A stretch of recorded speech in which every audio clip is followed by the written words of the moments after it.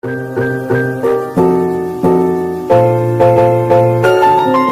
all started when my mom met my dad, and they fell in love, and they had me. Hi, I'm Ryan, and my life, it's kind of crazy. Hi, just kidding. My name isn't Ryan. My name is Bao Chu Lee, or Bao Chu Lee, and I'm going to tell you a little bit about who I am. Welcome to my home. This is where I live with my two sisters and occasionally my mom and my daughter. And this is my kitchen. This is one of my most favorite places to be. And since the shutdown and quarantine in March, I've had extra time to spend lots of time in my kitchen, learning new recipes and stuffing my face with yummy food. This is another of my favorite places to be, right out here on my balcony, where I like to sing and pretend that I'm Beyonce or Yasby.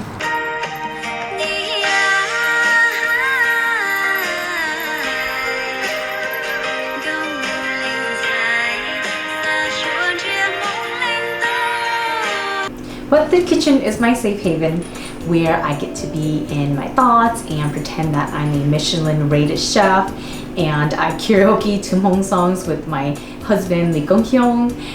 One thing you should know about me is I love Hmong music, so there's never a cooking session without blasting Hmong songs. But as you can see, I just like to cook. I don't like to do the dishes very much. That is my sister's job. Speaking of job, this is where I work at.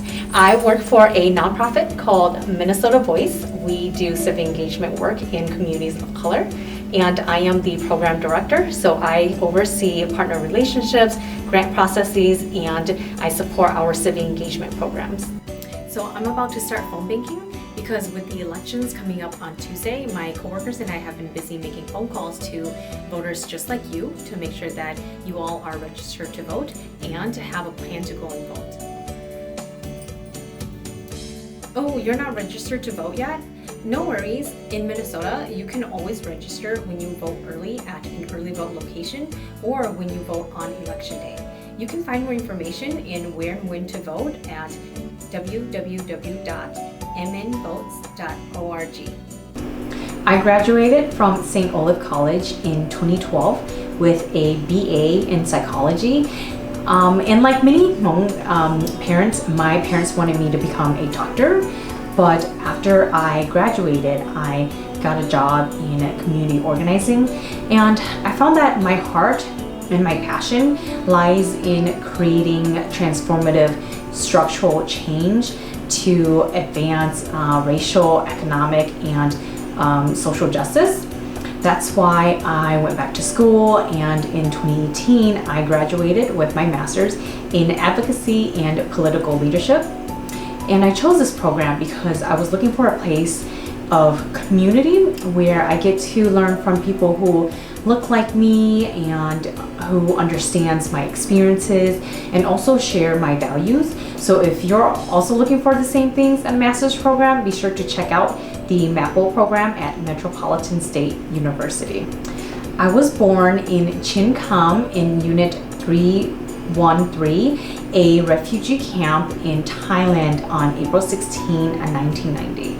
My mom is Baya Lee, my dad is Jason Lee, and they took our family and immigrated to the United States in 1993. I was the last of my siblings born outside of the United States. I have 8 brothers, 5 sisters, 7 nephews, 8 nieces, and 1 daughter. I mean, all of them are my kids, but my daughter is just a little bit more special because she's my daughter. Her name is Ruby. She is my jewel, my rock, my world, my heart, my soul, and my everything. And someone named Mike Ha is going to tell you that Ruby is not my daughter and that I'm just a crazy person trying to steal her kid, but don't believe her. Mike Ha is the crazy one. I am Ruby's role model. Before I had Ruby, education was my everything because it was just a value that was kind of like hammered into my head by my parents. But since my baby mama had Ruby, Ruby became my everything. And I realized that what my parents were trying to teach me about education wasn't just simply go to school, get an education, and get a good job. But it was about gaining new perspectives, deepening my knowledge, and expanding my worldview, and also having a critical analysis of the world. But most importantly, and this is the deeper meaning of education that I want to pass down to my daughter, and that is kindness. Because having more knowledge, having access to more information should make one a better person. It should make one a kind person, and a person who should use what you learn, whether it be in life experiences or in a formal education system. Use what you learn to care for others and to make the world a better place. No one can limit how much you learn, and no one can take what you've learned away from you. But you can, and you should always share what you've learned with the world to make the world a better place. And this is the message that I want to pass on to my daughter and all the little kids in the world. I am also a mother of birds. I have 2 pheasants and 27 baby quails. I kind of just bought them on impulse this summer. I had no idea how to raise birds, but I think I'm doing pretty well. So far, only 3 baby quails has died on me, and the rest are healthy and pretty much alive. 2020 hasn't been kind to anyone, but I want to be kind to myself. And I found that the best self-care for me is being true to myself and going back to my roots. That is why a couple weeks ago I came out as bisexual. And I'm still learning what it means to be me, but I think I'm also in a good place. I have a good support system, and I feel loved. I also started gardening with my mom. She had a stroke last year, and we've been trying to improve her health by being more active and eating more healthy homegrown food.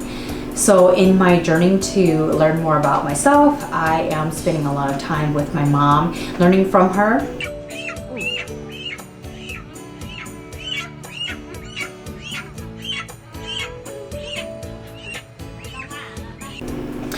When she's not yelling at me, she is my favorite person in the world. And I'm hoping to pass everything that I learned from her to my daughter. This is just a little snippet of my life from the past 30 years. I don't know what life will be like 30 years from now, but this is who I am today. Thank you for watching my video. I hope you enjoyed it.